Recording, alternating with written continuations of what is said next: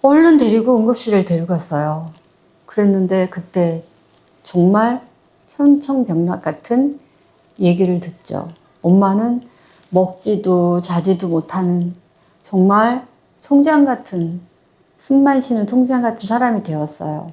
그렇게 나간 남편이 처음에는 일주일에 한 번씩 와서 보고 가곤 하더니 그 다음에 2주에 한 번, 한 달에 한 번 그러다가 오지 않았어요.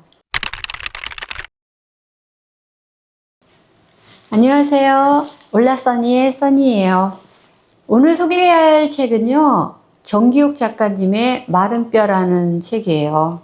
좀 마음 아픈 책인데요. 여기서 나오는 여주인공은 엄마예요. 7년 만에 힘들게 해서 아이를 낳았죠.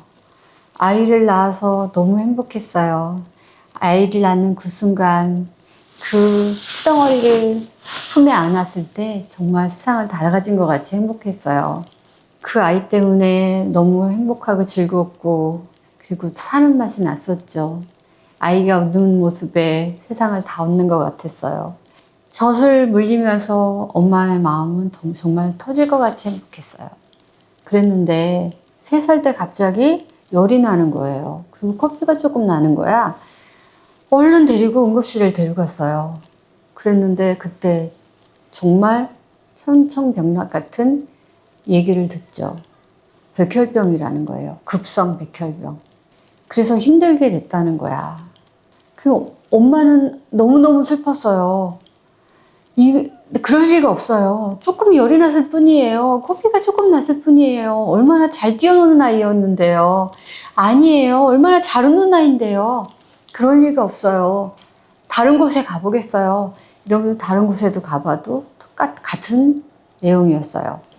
그때부터 항암 치료를 시작하고 정말 아이와 함께 엄마는 아프기 시작을 했죠. 병원에서 늘상은 병원에서 상주해야 했어요. 아이가 아프면 함께 아프고, 아이가 항암 치료를 받으면 함께 마음을 졸이고, 그리고 또 병원에 있으면 함께 있으면서 그 아이가 그 엄마의 전부였으니까. 아빠도, 남편도 마음이 너무 아팠죠. 옆에서 많이 도와주고, 그리고 또 함께하고 했어요. 그렇게 항암 치료를 여러 번 하고, 아이는 그렇게 치료를 할 때마다 자지러지게 울어요. 토하고, 힘들고, 그 어린 몸으로 그 항암을 견딘다는 게 보통 힘든 게 아니잖아요. 그렇게 하면서 시간은 흘러서 그래도 2년을 살아요. 5살이 되었죠. 5살이 되었는데 의사 선생님이 얘기를 해요. 더 이상의 항암은 무의미합니다. 이제 그만하세요. 길어야 한 달 정도 되는데 편히 있다 가게 해주세요. 엄마는 그럴 수 없다고 해요. 엄마는 아니 우리 아이가 그럴 리가 없어. 이렇게 그냥 보낼 수는 없어. 나는 그렇게 할 수가 없어. 하지만 남편은 얘기하죠. 여보, 이제 받아들입시다. 우리 할 만큼 했어요. 이제 우리 아이 잘 보내줍시다. 엄마는 절대 그럴 수 없다고 눈물 짓지만 그 누구도 그 죽음을 이길 수는 없었어요.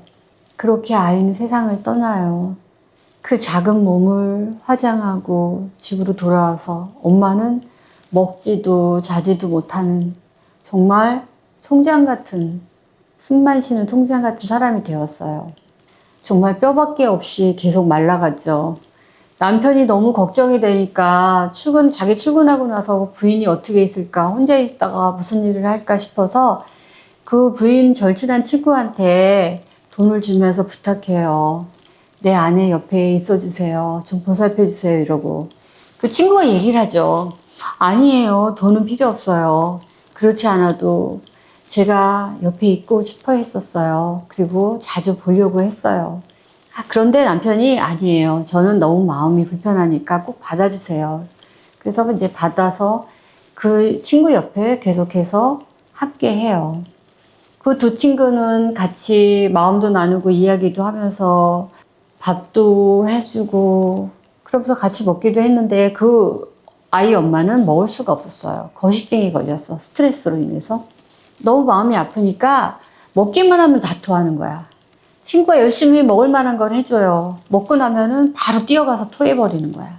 너 어떡하려고 그러니? 지금 한 달째 먹지도 않고 너 이러다가 네가 큰일 나. 괜찮아.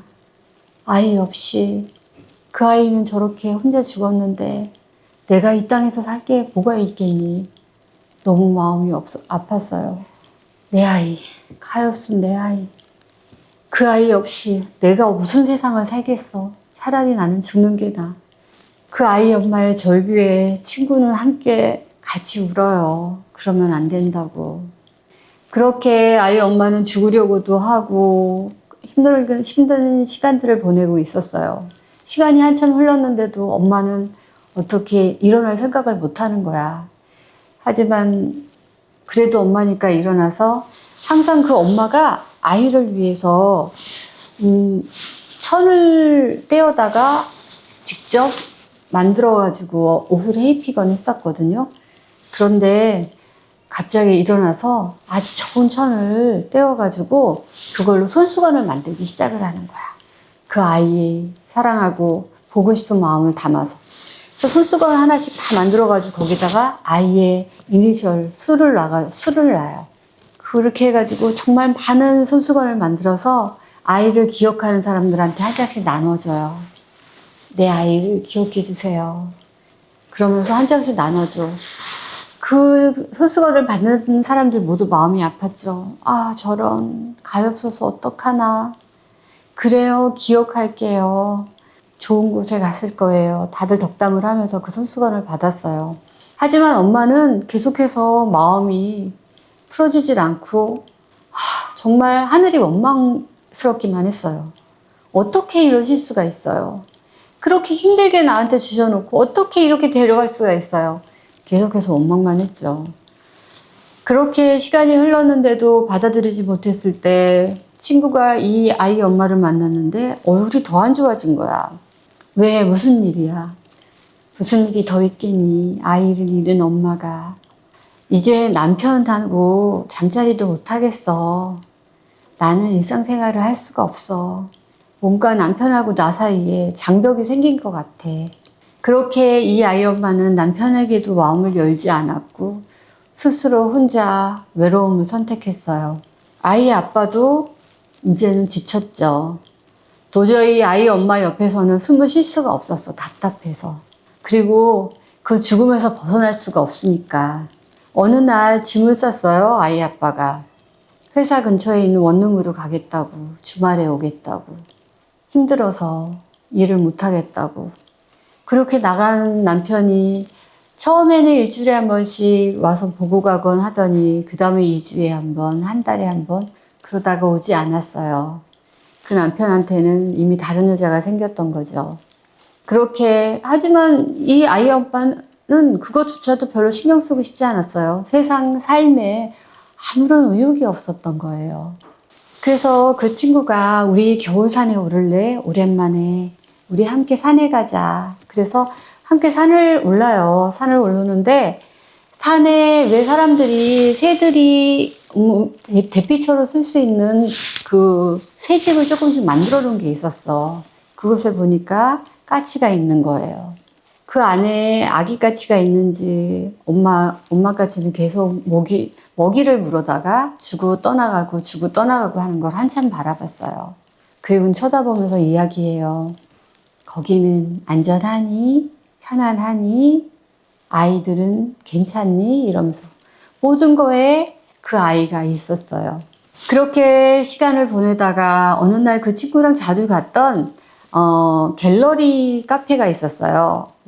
이제 예술품들을 전시도 하고 커피도 이제 먹을 수 있는 그런 카페였는데 그곳에 혼자 가가지고 커피 한 잔을 시켜놓고 1층에 예술품 진열해 놓은 거를 구경하고 있었어. 그때가 마침 십자가를 진열하는 날이었어요. 정말 여러 가지 십자가가 진열돼 있었어요. 아름다운 십자가, 또 거친 십자가, 또 수수한 십자가, 많은 십자가가 있는데 그 중에서 하나가 이 여자의 마음을 사로잡았어요. 딴 게 아니라 십자가에 거기에 예수님이 이렇게 못 박혀 있는 모습인데 그 몸 안이 텅 비어 있는 거예요. 그런 작품을 전시하고 있더라고요. 근데 텅 빈 그 몸속을 들여다보면서 이 여자는 꼼짝을 할 수가 없었어요. 그것을 계속 응시하다가 그 텅 빈 예수님 몸 안에 아이가 안겨 있는 것 같은 착각을 하게 돼요. 그렇게 바라보다가 여자는 그 십자가를 사가지고 발길을 돌려요. 십자가를 들고 집으로 가는 길에 한 7살이나 됐을까 꼬마애들이 선생님들하고 같이 야외 활동을 하러 나왔어요. 앞에 선생님이, 뒤에 선생님이 아이들 보호하면서 갔어요. 참새, 짹짹 그런 거 있잖아요. 그렇게 하면서 가고 또 장난도 쳤어요. 아이들이 혹시 한눈을 팔까 싶어서 무궁화 꽃이 피었습니다 하고 딱 들어보면 아이들이 이렇게 서 있다가 오고 이렇게 재미있게 같이 걸음을 걷고 있었어요. 근데 오늘 갑자기 한 남자아이가 앞으로 막 뛰다가 넘어진 거야. 철퍼덕. 그래서 보니까 선생님이 괜찮니? 얘 괜찮니? 이러고 봤더니 무릎에 피가 막 나는 거예요. 그래가지고 일으키려고 했더니 아이가 손을 이렇게 부르치면서 혼자 일어났어요. 그리고는 엄마가 넘어지면 일어나는 거라고 했어요.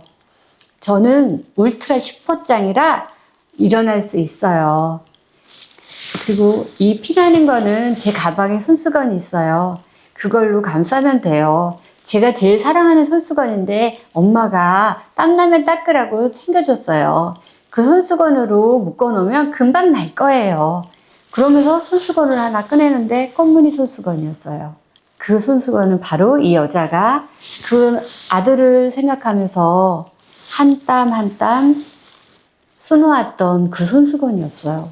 너무 깜짝 놀랐죠. 아, 내가 만든 손수건이?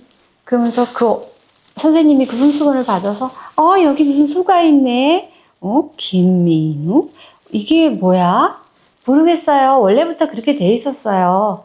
그래서 그 손수건을 가지고 제 무릎에다가 묶어두면 이거는 울트라 슈퍼짱이라 금방 날 거예요. 저는 이 손수건을 너무 좋아해요. 그러는 거예요. 그러면서 그 선생님이 무릎에다 이렇게 묶어줬더니 아이가 펄짝펄짝 뛰면서 다 나았어요, 다 나았어요 이러는 거야. 그 선생님이 와 진짜 야 그 손수건은 정말 슈퍼파워구나 이렇게 하면서 울지 않는 그 아이를 칭찬해 주었거든요. 그 모습을 보고 그 아이의 엄마는 내 아이가 잊혀지지 않았구나. 누군가한테 이렇게 불려지고 있구나. 마음이 되게 따뜻했어요. 그렇게 집에 가서 자기가 사가져온 십자가를 걸어두었죠. 아침마다 그 십자가 앞에서 그 아이를 위해서 기도했어요. 그런데 어느 날 자기한테 이런 소리가 들리는 것 같아요. 다 울었니?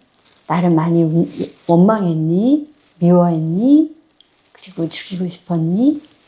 그런 소리가 들리는 것 같은 거야. 그래서 그 여자가 얘기하죠.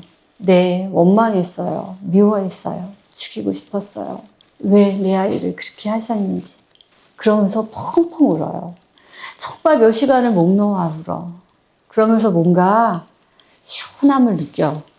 그리고 다시 고개를 들어서 봤을 때 그 예수님 안에 텅 비어 있던 곳에 마른 뼈가 이렇게 나타나더니 그곳에 살이 붙으면서 자기 아이의 모습이 나타났어요. 그리고 그 아이가 그 안에 안겨 있는 것 같은 느낌이 들었어요. 이 엄마는 굉장히 많이 위로받았고 책은 이렇게 마무리됐지만 아마 다시 자신의 삶을 살 수 있지 않았을까 싶어요. 그 아이가 이제는 정말 편안한 곳에서 편안하게 있을 거라는 확신이 들었겠죠.